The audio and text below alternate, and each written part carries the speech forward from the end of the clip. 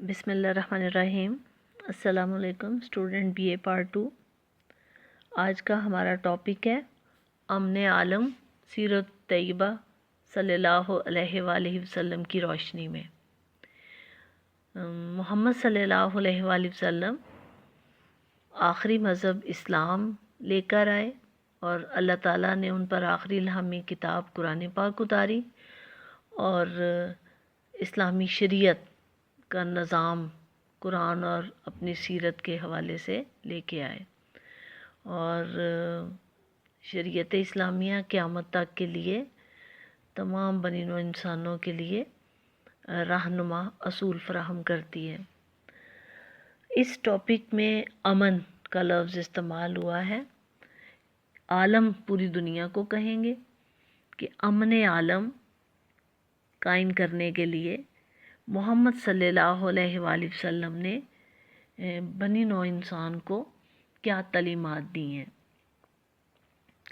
تو ہم دیکھتے ہیں کہ امن عربی زبان کا لفظ ہے، الف میم نون اس کی روٹ ہے، مادہ ہے، اور اس کا مطلب ہے امان۔ امان لفظ بھی، ایمان لفظ بھی، ایمانیات، یہ سب امنہ الف میم نون سے بنے ہیں۔ امن یعنی کہ پناہ میں آ جانا اور سلامتی ہونا۔ اور آپ دیکھتے ہیں کہ اس کا اپوزٹ بد امن، بد امنی اگر استعمال ہوتا ہے۔ اگر معاشرے میں جان مال اور عزت کا تحفظ فراہم نہیں کیا جائے گا تو ایسے معاشرے کو بد امنی والا معاشرہ کہا جائے گا۔ اور اسلام سے پہلے تمام دنیا عرب سمیت، جہاں محمد صلی اللہ علیہ وآلہ وسلم نبی مبعوث ہوئے، مکہ مکرمہ میں، وہ عرب کا شہر ہے، اس کے سمیت پوری دنیا جہالت، گمراہی، ظلم و ستم اور بد امنی کا شکار تھی۔ کسی جگہ، کسی خطے کے لوگ بھی پرسکون نہیں تھے، اور نیا مذہب، نئی شریعت، نئے نبی رسول تبھی آتے ہیں جب اللہ تعالیٰ اس معاشرے کی اصلاح کرنا چاہتے ہیں۔ تو بد امنی پھیلانے کے مین ذرائع آپ کو کیا سمجھ آئے ہیں؟ جان مال عزت کا تحفظ نہ فراہم کرنا بد امنی ہے، اور جب ان ساری چیزوں کا خاتمہ کر دیا جائے، یعنی جان مال عزت کا تحفظ فراہم کر دیا جائے، تو امن قائم ہو جاتا ہے۔ آپ کو پتہ ہے کہ اسلام ساری دنیا کے لیے ہے، عالم کے لیے ہے۔ تو یہ جو رہنما اصول ہمیں دیے جا رہے ہیں قرآن پاک کے ذریعے، جس کا عملی مظاہرہ نبی پاک صلی اللہ علیہ وآلہ وسلم نے مکی زندگی میں بھی کیا، اور مدنی زندگی میں جب اسلامی ریاست وہاں قائم ہوگی، وہاں بھی یہی امن قائم کر کے دکھایا۔ اور اسلام جب مکمل ہوگی، اس کی تعلیمات، قرآن پاک کی تعلیمات مکمل ہو گئیں، تو اس کے بعد محمد صلی اللہ علیہ وآلہ وسلم نے اس ایک مثالی ریاست قائم کی اپنی وفات سے پہلے، اور تمام لوگوں کو، لاکھوں لوگ آپ کے ساتھ انتہائی امن اور سکون کے ساتھ، جان مال عزت کے تحفظ کے ساتھ آخری حج ادا کرنے گے۔ تو آپ دیکھیں کہ عرب جیسا معاشرہ، جہاں پہ لوٹ مار کرنا، قتل و غارت کرنا، ڈاکہ زنی اور تمام جوا برائیوں کے ذریعے کمانا، یہ جان مال عزت کے تحفظ کے اگینسٹ ان کے کاروبار تھے۔ تو ان ساروں کا راج تھا، اور ایسے برے معاشرے کو ایسا پرامن بنا دیا کہ لاکھوں لوگ محمد صلی اللہ علیہ وآلہ وسلم کے ساتھ آخری حج ادا کرنے گئے۔ تو یہ امن عالم کی ایک بہترین مثال تھی، جو اس وقت جیسے اسلام سے پہلے پوری دنیا سمیت عرب کے معاشرے کا جو نقشہ تھا وہ بد امنی کا تھا۔ تو اس کو امن والا بنا دیا محمد صلی اللہ علیہ وآلہ وسلم نے۔ تو یہی امپورٹنٹ میسیج ہے قیامت تک کے لیے مسلمانوں اور تمام بنی نوع انسانوں کے لیے کہ اسلام کس قدر پرامن مذہب ہے۔ تو پھر اس کے بعد محمد صلی اللہ علیہ وآلہ وسلم نے جو حج کے موقع پہ آخری خطبہ فرمایا، اور اس میں جو شکیں ہیں وہ ہیومن رائٹس کا چارٹر کہلاتا ہے، کہ اتنی زیادہ وہ ریفارمز تھیں، وہ چیزیں تھیں کہ دنیا پوری آج تک ایسا نظام اور ایسا ہیومن رائٹس کا چارٹر دے ہی نہیں سکتی۔ تو یہی وجہ ہے کہ سورہ اعراف کی آیت میں اللہ تعالیٰ نے فرمایا وَلَا تُفْسِدُوا فِي الْأَرْضِ بَعْدَ إِصْلَاحِهَا، زمین میں فساد نہ پھیلاؤ اس کے بعد کہ اس کی اصلاح کر دی گئی ہے۔ اور اصلاح کیسے کر دی گئی ہے؟ امن کے ذریعے۔ اور امن کیسے قائم ہو سکتا ہے؟ اسلام نے کیا بتایا ہے؟ جان مال عزت کا تحفظ فراہم کر کے۔ یہی تین ایسی چیزیں ہیں جو انسان دوسرے انسانوں سے چھینتا ہے اور پھر بدامنی پیدا ہوتی ہے۔ قرآن پاک کی سورت آل عمران میں ہے وَاعْتَصَمُوا بِحَبْلِ اللَّهِ جَمِيعًا وَلَا تَفَرَّقُوا، یعنی امن کو قائم رکھنے کے لیے آپ کا یونائٹ ہونا بہت ضروری ہے، متحد ہونا بہت ضروری ہے، ایک پلیٹ فارم پہ ہونا بہت ضروری ہے، اور وہ پلیٹ فارم ہے قرآن پاک۔ تو اللہ تعالیٰ فرما رہے ہیں کہ تم اللہ کی رسی کو مضبوطی سے پکڑے رکھو، اور اللہ کی رسی ہے قرآن پاک۔ دراصل قرآن کے اندر بتائی ہوئی تمام تعلیمات، جب سب لوگ قرآن کے ارد گرد جمع ہوں گے، اسی کے احکامات کو مانیں گے، تو آٹومیٹکلی امن ہو جائے گا، کوئی بھی اس کی تعلیمات کے خلاف نہیں چلے گا۔ تو قرآن کا پیغام مسلمانوں کے لیے بھی ہے، قرآن کا پیغام تمام دنیا کے انسانوں کے لیے بھی ہے، اور ایٹ اے ٹائم، اور قیامت تک کے آنے والے لوگوں کے لیے بھی ہے۔ تو آپ نے دیکھا کہ اسلام کس قدر پرامن جو ہے وہ مذہب ہے۔ اور پھر یہ کہ یہ بھی سورۃ بقرہ میں ہے الفتنۃ اشد من القتل، کہ اگر یہ جو وہ لوگ جو دنیا میں جان مال عزت کا تحفظ فراہم کرنے کے خلاف چل رہے ہیں، ان کو وہ فتنہ پروری کر رہے ہیں، وہ فتنہ پھیلا رہے ہیں، وہ بدامنی کا سبب بن رہے ہیں۔ تو اگر آپ نے امن عالم جو ہے وہ قائم کرنا ہے، تو پھر سورۃ بقرہ یہ کہتی ہے کہ ایسے فتنہ پروروں کو جہاں دیکھو اس پر قابو پانے کی کوشش کرو، کہ ان کا مقصد ہی دنیا میں فساد ہے۔ جب تک وہ زندہ رہیں گے وہ باقی اور بہت سے لوگوں کے لیے مصیبت بنے رہیں گے۔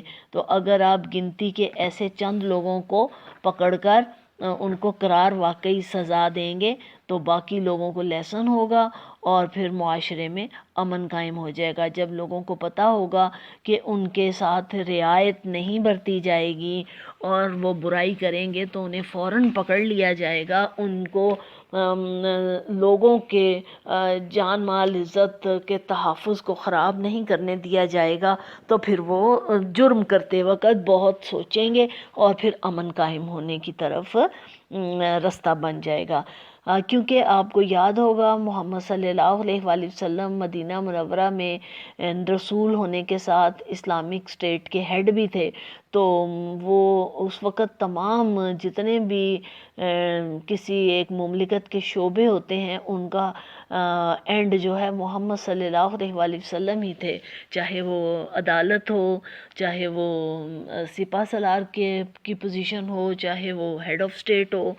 تو ایک قبیلہ تھا، ان کی بیٹی تھی تو اس نے چوری کی تھی، اور اب وہ قبیلے والے کیونکہ قرآن کہتا ہے کہ ہاتھ کاٹ دیے جائیں، اب قبیلے والے کہہ رہے تھے کہ اگر محمد صلی اللہ علیہ وآلہ وسلم نے اس سزا پر عمل درآمد کروایا تو ہماری تو بہت بدنامی ہو جائے گی اور بڑی بے عزتی کی، غیرت کی بات ہے یہ۔ تو وہ سفارشیں کروانے لگ گئے محمد صلی اللہ علیہ وآلہ وسلم کے پاس کہ آپ ایسا نہ کریں۔ تو محمد صلی اللہ علیہ وآلہ وسلم نے جواب دیا کہ اگر میری بیٹی بھی ایسا کرتی فاطمہ تو میں ایسی ہی سزا دیتا اسے۔ تو جو اس خاتون کے لیے مقرر ہے، تو پھر وہ اس بات پہ شرمندہ ہوئے، اور دوسرے لوگوں کو کیا لیسن ہوا کہ غلط کام جو ہے اس کے لیے سخت قواعد ہیں۔ اگر قواعد میں نرمی کی جائے گی تو جو برائی کرنے والے لوگ ہیں وہ حاوی ہو جائیں گے۔ تو اس لیے محمد صلی اللہ علیہ وآلہ وسلم نے بتا دیا کہ امن عالم کیسے قائم کیا جا سکتا ہے، اللہ کے نظام کو قائم کر کے۔ اگر آپ انسانوں پر انسانوں کے لائے ہوئے قوانین سے حکمرانی کریں گے یا امن کرنے کی کوشش کریں گے تو وہ کیونکہ پائیدار قوانین نہیں ہوں گے، وہ انسانوں کے بنائے ہوئے ہوں گے، اور انسانوں کے قوانین تھوڑے عرصے بعد چینج ہوتے رہتے ہیں اور وہ اپنے مفادات کے لیے ان میں رد و بدل کرتے رہتے ہیں۔ لیکن کیونکہ اللہ جو ہے وہ پوری کائنات کے مالک ہیں، جب انسانوں پر ان کے قوانین قائم کیے جائیں گے، ان کے قوانین رائج کیے جائیں گے تو پھر برائیاں ختم ہو جائیں گی۔ تو اسی لیے اس واقعے سے مثال دیکھ لیں کہ الفتنہ تو اشد من القتل۔ اسی طرح جو دوسروں کے اوپر ظلم و ستم کر رہے ہیں، ایسے گنتی کے لوگ ہوں گے، ان کو قابو کر کے پکڑ کے تو قرار واقعی سزا دی جائے گی، تو ایسے مزید لوگ پیدا نہیں ہوں گے اور وہ دیکھیں گے کہ ہم سے کوئی روح رعایت نہیں ہوگی، اس لیے ہم برائی سے باز رہیں۔ تو کیا ہوگا کہ معاشرہ پرامن ہو جائے گا۔ تو اب ہم یہ دیکھتے ہیں کہ اسلام نے مزید کون سے ایسے رہنما اصول دیے ہیں جن کو اسلامی ریاست میں اختیار کر کے آپ ایک مثالی اور جسے کہتے ہیں کہ ایک ماڈل اسٹیٹ بنا سکتے ہیں، ماڈل اسلامک اسٹیٹ، کہ جس سے دوسرے لوگ غیر اسلامی اسٹیٹس بھی جو ہیں وہ بھی اس سے رہنمائی حاصل کر کے اور اس کی مثالیں دے سکتی ہیں، اور اس طرح وہ اسلام کی طرف رجوع بھی کریں گے، کیونکہ امن کے دین کو ہر کوئی پسند کرے گا۔ تو امن کی جگہ کو، امن کے ملک کو، امن کی برادری کو، سوسائٹی کو ہر کوئی پسند کرے گا۔ تو یہاں پہ سب سے پہلے ہم یہ دیکھتے ہیں کہ اسلام نے کیا اقدامات کرنے کے لیے کہا ہے کہ تاکہ جس سے سد باب ہو سکے بد امنی کا اور امن عالم قائم ہو جائے، اور اس سے آپ کو یہ بھی پتہ چل جائے گا کہ اسلام کس قدر پرامن اور امن پسند مذہب ہے۔ اور یہ چیزیں ہمیں محمد صلی اللہ علیہ وآلہ وسلم نے مدینہ کی اسلامی ریاست میں کر کے دکھائی تھیں۔ اور یہ دیکھیں کہ مساوات نسل انسانی سب سے پہلے ہمیں قرآن پاک نے اور محمد صلی اللہ علیہ وآلہ وسلم نے سکھایا ہے اور بتایا ہے کہ تمام انسان، اور یہی جیسے قرآن پاک کی سورۃ الحجرات میں ہے، اے لوگوں ہم نے تمہیں ایک مرد اور ایک عورت سے پیدا کیا ہے اور تمہارے قبیلے اور خاندان بنائے ہیں تاکہ تم ایک دوسرے کو پہچان سکو، لیکن اللہ کے نزدیک زیادہ عزت والا وہ ہے جو زیادہ تقوی والا ہوگا۔ اب یہ آپ یہاں دیکھ لیں، مرد اور عورت سے مراد حضرت آدم علیہ السلام اور حضرت حوا ہیں، تو ان کی ہم ساری آگے یہ آبادی ہیں، اولاد ہیں، تو پھر ساروں کا مرکز تو ایک ہوا نا، تو سارے مساوات برابری کو کہتے ہیں۔ تو تمام انسان، یہی ہمیں محمد صلی اللہ علیہ وآلہ وسلم نے آخری حج میں بھی بتایا ہے کہ کسی گورے کو کالے پر، کالے کو گورے پر کوئی فضیلت حاصل نہیں سوائے تقویٰ کے۔ یعنی یوں کہہ لیں کہ یہ اس آیت کا اینڈ تقویٰ پہ ہی ہو رہا ہے۔ قرآن کی تعلیمات، نبی پاک صلی اللہ علیہ وسلم کی تعلیمات جو ہیں وہ قرآن کی تشریح ہے، جیسے کہ حضرت عائشہ نے فرمایا کانا خلقہ القرآن۔ تو اب یہ دیکھیں یہاں کہ اس کے آخر پہ بھی اللہ نے فرمایا ہے کہ تقویٰ سب سے اہم معیار ہے۔ تو محمد صلی اللہ علیہ وآلہ وسلم نے بھی آخری حج میں خطبے میں یہی بتایا کہ کسی گورے کو کالے پر، کالے کو گورے پر کوئی فضیلت حاصل نہیں سوائے تقویٰ کے بنا پر۔ اور اس میں یہی کہا ہے کہ کوئی ظلم نہ کرو اپنے ملازمین پہ، اور جو خود کھاؤ وہ انہیں کھلاؤ، جو خود پہنو وہ انہیں پہناؤ۔ تو آپ سوچیں کہ یہ سب کرنے کے بعد امن قائم نہیں ہوگا کیا؟ تو آپس میں لوگ ایک دوسرے کے ہمدردی اور محبت نہیں رکھیں گے، پھر تو نفرت ختم ہو جائے گی۔ تو یہی تعلیمات ہیں امن قائم کرنے کے لیے۔ سب سے بہترین چیز قرآن کی آیات کے بعد محمد صلی اللہ علیہ وآلہ وسلم کا آخری حج کا خطبہ ہے، تو اس میں ہمیں یہی مساوات نسل انسانی۔ اس کے بعد مذہبوں کی باری آتی ہے، اس کے بعد قوموں کی باری آتی ہے۔ اصل میں تو جیسے کہ آپ کو پتہ ہے پوری دنیا کی آبادی اس وقت تقریباً 8 ارب ہے، تو وہ سارے کے سارے کیا ہیں؟ آدم علیہ السلام اور اماں حوا کی اولاد ہیں، تو وہ سارے کے سارے دنیا کے مسلمان کے رائٹس برابر ہیں۔ سب کو کھانا ملنا چاہیے، سب کی عزت کی حفاظت ہونی چاہیے، سب کے مال کی حفاظت ہونی چاہیے، سب کے جان کی حفاظت ہونی چاہیے۔ تو یہی تعلیمات ہمیں اسلام نے دی ہیں کہ ایک انسانیت کا قتل ناحق، تمام انسانیت کا قتل ہے، ناحق کی بات ہو رہی ہے۔ ویسے آپ نے ابھی دیکھا کہ الفتنہ تو اشد من القتل، جیسے میں نے آپ سے کہا کہ فتنہ جو ہے وہ اس کو یعنی کہ اگر آپ قائم رکھیں گے تو اسے قتل نہیں کریں گے تو وہ اس سے بھی بڑھ کے وہ جرم کر رہا ہے قتل کرنے سے۔ تو اس لیے یہاں ساتھ ہی یہ بھی کہہ دیا کہ ایک انسان کا قتل تمام انسانیت کا قتل ہے، وہ ناحق جو قتل کریں گے ان کے لیے۔ اور دوسرا جو بدامنی ختم کرنے کا پہلو ہے اور جس سے امن قائم ہوگا، امن عالم، جو ہمیں محمد صلی اللہ علیہ وآلہ وسلم نے بتایا سیرت طیبہ کی روشنی میں، وہ یہ ہے کہ انسانوں پر انسانوں کی حکومت نہ ہو، انسانوں پر اللہ کی حکومت ہو۔ آپ کو پتہ ہے کہ اقتدار اعلیٰ اللہ کے پاس ہے۔ اب جیسے ہماری ریاست اسلامی ریاست ہے، یہ لا الہ الا اللہ محمد رسول اللہ کی بیس پہ بنائی گئی ہے، تو ہمارے ملک کا آئین کیا کہتا ہے کہ اقتدار اعلیٰ اللہ کے پاس ہے اور انسان دنیا میں اس کا نائب ہے اور اس کے نظام کو لے کے چلے گا۔ اب آپ یہ دیکھیں کہ جو مدینہ کی اسلامی ریاست تھی وہ اس میں اقتدار اعلیٰ اللہ کا تھا اور محمد صلی اللہ علیہ وآلہ وسلم کیا تھے؟ نائب، اور اسی لیے انہیں خلیفہ، خلف بعد میں آنے والے نائب یعنی، تو خلیفہ اسے کہا جاتا تھا۔ تو اس لیے امن عالم قائم کرنے کے لیے یہ چیز بہت ضروری ہے۔ تو انسانوں پر انسانوں کی حکومت نہیں ہونی چاہیے، انسانوں پر اللہ تعالیٰ کی بھیجی ہوئے نظام کو چلانا ہوگا اور انسان اس کو نائب کے طور پہ چلائے گا۔ یہ نہیں کہ وہ خود آل ان آل ہے اور انسان ڈکٹیٹر، انسان آمر، وہ بادشاہ اور وہ فرعون نہیں بنے گا، بلکہ وہ اللہ کے بھیجے ہوئے نظام کو لے کے چلے گا۔ تو اس لیے انسانوں کا انسانوں پہ تو نہ ہوا نا، جیسے کہ ابھی میں نے آپ سے کہا کہ انہوں نے کہا چور کے ہاتھ کاٹے جائیں گے، تو یہ کون نبی پاک صلی اللہ علیہ وسلم کہہ رہے تھے؟ نہیں، وہ اللہ کے نظام کو لاگو کر رہے تھے، اللہ کے حکم کو جو انہوں نے قرآن میں فرمایا۔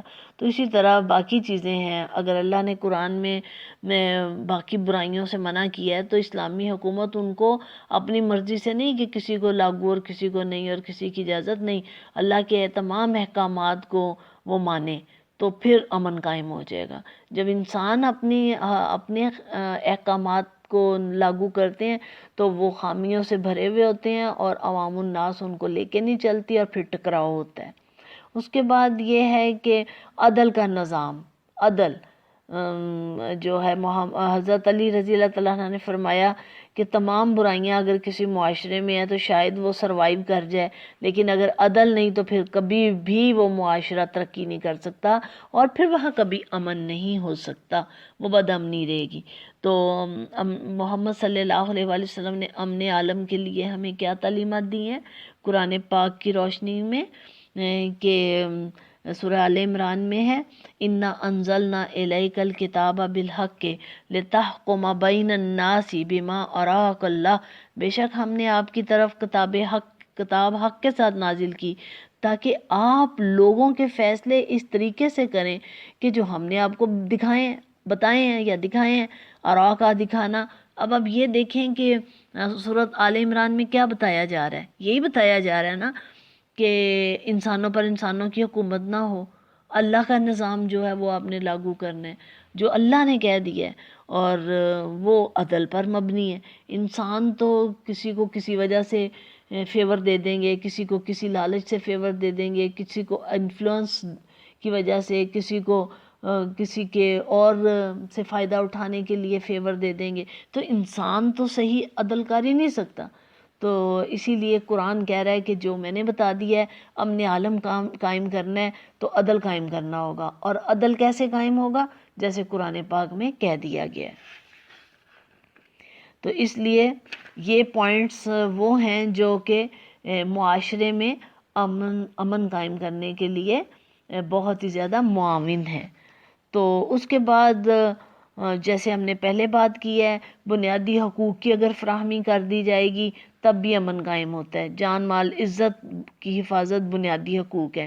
پھر اس کے علاوہ کچھ اور ہیں، کوئی بیمار ہے تو ساروں کے لیے یکساں علاج کی سہولت اور روزگار اختیار کرنے کی سب کی، یہ نہیں ہے کہ اگر آپ کہہ دیں کہ فلاں عہدے کے لیے صرف فلاں لوگ ہی اہل ہیں، یا یہ کہ رشوت دی جائے تو اہل ہیں، یا سفارش کی جائے تو اہل ہیں، نہیں، معاشرے میں روزگار اختیار کرنے کے یا تعلیم حاصل کرنے کے یا علاج معالجہ کرنے کے، سب کو یکساں مواقع فراہم کیے جائیں۔ اب جیسے کہ آپ کے ملک میں تمام مذہبوں کے لوگ رہتے ہیں، میجورٹی تو الحمدللہ مسلمان ہیں، لیکن باقی مذہبوں کے لوگ بھی تو رہتے ہیں، تو اگر آپ یہ اعلان کر دیں کہ باقی اسلام کے علاوہ باقی کوئی بندہ بھی اسکول میں داخلہ نہیں لے سکتے، ان کے بچے فوج میں بھرتی نہیں ہو سکتے، یا وہ اعلیٰ عہدے اختیار نہیں کر سکتے، تو یا وہ کاروبار نہیں کر سکتے، تو یہ ان کے ساتھ زیادتی ہوگی، یہ مساوات کے خلاف ہوگا۔ اسلامی ریاست اس کی کبھی بھی اجازت نہیں دیتی۔ تو یہی چیزیں جو ہیں وہ امن قائم کرنے کے لیے بنیادی ضرورت ہے۔ اس کے علاوہ یہ ہے کہ تعصبات نہ ہوں۔ اسلام سکھاتا ہے یہ کہ امن کو خراب کرنے کے لیے ایک اہم چیز تعصب ہے، یعنی کہ تعصب کسی بھی چیز کا ہو سکتا ہے، کہ کوئی نسلی تعصب ہو سکتا ہے، مذہبی تعصب ہو سکتا ہے، علاقائی ہو سکتا ہے، یا یہ کہ جیسے کہ عربی عرب اپنے آپ کو اسلام سے پہلے سب سے افضل سمجھتے تھے۔ عجم کے میننگ ہے عربی زبان میں گونگا کے، تو وہ کہتے تھے کہ عرب ہی سب سے زیادہ اعلیٰ عرفہ قابل ہیں، باقی تو ساری دنیا گونگی ہے، یعنی نالائق ہیں۔ تو عرب اور عجم یہ کہا جاتا تھا۔ تو آپ پھر ہم واپس جاتے ہیں، امن قائم کرنے کے لیے ہمیں بار بار آخری حج کے دوران جو محمد صلی اللہ علیہ وآلہ وسلم نے میدان عرفات میں خطبہ دیا تھا آخری، وہ ہم بار بار اس کی طرف جائیں گے۔ اگر آپ اس سارے خطبے کو پڑھ لیں تو وہ بہترین نمونہ ہے امن عالم قائم کرنے کا۔ جیسے کہ میں نے آپ کو شروع میں کہا ہے کہ وہ ہیومن رائٹس کا چارٹر ہے۔ تو اس طرح تعصب جو ہے وہ ختم کرنے کے لیے کیا فرمایا محمد صلی اللہ علیہ وآلہ وسلم نے؟ کالے کو گورے پر، گورے کو کالے پر، امیر کو غریب پر، غریب کو امیر پر کوئی فضیلت حاصل نہیں سوائے تقویٰ کے۔ اور مرد اور عورت جو ہیں وہ ایک دوسرے کو جو ہیں وہ کوئی ان کے اوپر ظلم و ستم جو ہے وہ نہیں روا رکھ سکتے۔ تو یہ ساری چیزیں جو ہیں یہ تعصبات کو ختم کرنے کے لیے ہیں۔ جیسے کہ ایک وقت تھا جرمن قوم نے یہ تاثر پیش کیا اپنی قوم کو کہ تم سب سے افضل ہو، باقی سب گھٹی ہیں، وہی عرب والا سٹائل۔ تو وہ کسی کے ساتھ بات کرنا پسند نہیں کرتے تھے جرمن، کسی کے ساتھ بس میں سفر پر کرنا پسند نہیں کرتے تھے، کسی کے ساتھ بیٹھنا پسند نہیں کرتے تھے۔ تو یہ بھی ایک مصنوعی غرور اور تکبر اور نفسیاتی بیماری میں مبتلا ہونا ہے۔ وہی جیسے کہ اور محمد صلی اللہ علیہ وآلہ وسلم نے تو ایسا کچھ نہیں کہا، انہوں نے کہا کسی عرب کو عجم پر کوئی فضیلت نہیں ہے، صرف تقوی کی بنا پر ہے۔ تو وہ تو اللہ تعالیٰ نے کوئی ایسا کرائٹیریا ہی نہیں دیا کہ یہ فلاں میرا پسندیدہ ہے اور فلاں قوم جو ہے وہ ناپسندیدہ ہے، ایسا تو کوئی پورا قرآن پاک آپ پڑھ کے دیکھ لیں، کہیں بھی نہیں ایسا لکھا گیا۔ تو اس سے آپ کو پتہ چلا کہ امن قائم کرنے کے لیے کیا چیزیں ضروری ہیں۔ اور جہالت، سب سے بڑی بات جہالت کا خاتمہ ہونا چاہیے. یعنی جتنی تعلیم ہوگی لوگوں میں، جتنا شعور ہوگا اتنی ہی سمجھ بوجھ اچھی ہوگی. سنی سنائی، جو جاہل لوگ ہوتے ہیں وہ سنی سنائی باتیں کرتے ہیں، جو انہیں بتا دیا جائے گا وہ اسی پر کیونکہ اور تو کوئی تحقیق کریں گے نہیں، اور تو کچھ پڑھیں گے نہیں. جو آپ نے سمجھا دیا وہ ان کے ذہن میں بیٹھ جائے گا اور وہ اسی لائن پہ چلیں گے. تو جو جاہل نہیں ہوگا، وہ جو سمجھدار ہوگا وہ اپنی عقل سے بھی کام لے گا، اور اس طرح بھی پتہ چل جائے گا کہ کون سے کام جائز ہیں اور کون سے نہیں ہیں، کون سے ہمیں کرنے ہیں کون سے نہیں کرنے. تو اس کے علاوہ ایک چیز اور ہے جو امن کو خراب کرتی ہے، وہ ہے استحصال. استحصال ہوتا ہے کہ آپ کسی کو اس کا جائز حق نہ دیں، اور آپ اس کے حقوق نہ ادا کریں، آپ اس کے حقوق سلب کر لیں. تو اس طرح بھی استحصال ہوتا ہے. ہر زور آور کمزور کا استحصال کرتا ہے. تو آپ جیسے کہ آپ کسی چیز کو دباتے جاتے ہیں تو کتنا دبائیں گے، آخر وہ پھٹ جائے گی، ری ایکٹ کرے گی. تو جیسے کہ آپ جتنی زور سے گیند پھینکتے ہیں دیوار پہ وہ اتنے زور سے پلٹ کے آتا ہے، آہستہ پھینکتے ہیں تو آہستہ آتا ہے. تو اسی طرح جب آپ کسی زوراور کمزور کو دبائے گا تو کتنا عرصہ دبائے گا، آخر کار وہ اس کا ری ایکشن جب آئے گا تو وہ اس کی طرف ہی آئے گا. تو اس لیے اسلام ہرگز بھی اجازت نہیں دیتا کہ زوراور کمزور کا استحصال کریں. تو یہ اس سے بھی امن عالم جو ہے وہ قائم کرنے میں مدد ملے گی. تو اس کے علاوہ یہ اتنا ٹاپک آپ نے لمبا نہیں کرنا کہ آپ کے پہنچ سے باہر ہو جائے. جتنے پوائنٹس میں نے بولے ہیں آپ انہی پوائنٹس میں آیات اور احادیث شامل کر کے اور سٹارٹنگ جو پیرا ہے اس کو بڑا مناسب بنا کے بعد میں آپ جو پوائنٹس میں نے بولے ہیں ان کو اسی ترتیب سے آپ پوائنٹس کے تحت ہی ٹاپک کو تیار کریں. اور ذہن میں رکھیں کہ ہر ٹاپک کو آپ نے 15 منٹ کے لیے تیار کرنا ہے، 15 منٹ سے زیادہ نہیں کرنا. 15-20 منٹ اور اس سے زیادہ مطلب آپ کتنا لکھ سکتے ہیں، جتنا اچھا لکھیں گے، تیز لکھیں گے اور کم وقت میں زیادہ لکھیں گے اتنا ہی فائدہ ہے. تو آپ اس چیز کی بھی پریکٹس کیا کریں کہ آپ کتنے منٹ میں کتنا میٹیریل لکھتے ہیں. عام طور پہ یہ 15 منٹ نمبر کا کویسچن ہوتا ہے اور اس کو 15-20 منٹ ہی دینے چاہیے. 20 منٹ کہہ سکتے ہیں آپ. تو آپ اس کو تیار کر لیں. اس سے پہلے ہم نے محمد صلی اللہ علیہ وسلم کے خصائص اور امتیازات کا ایک ٹاپک کیا ہے، پھر سیرت النبی کی اہمیت کا ٹاپک کیا ہے، پھر دعوت دین میں نبی پاک صلی اللہ علیہ وسلم کا کیا طریقہ کار تھا، اور دعوت جمیلہ اور مسائی جمیلہ، اور اس کے بعد اب امن عالم ہے. تو کل ہم انشاءاللہ یہ جو دور بنو عباس، بنو امیہ اور بنو عباس یہ سٹارٹ کریں گے. تو انشاءاللہ تعالی رفاہی کارنامے ان کے. اچھا، اللہ حافظ.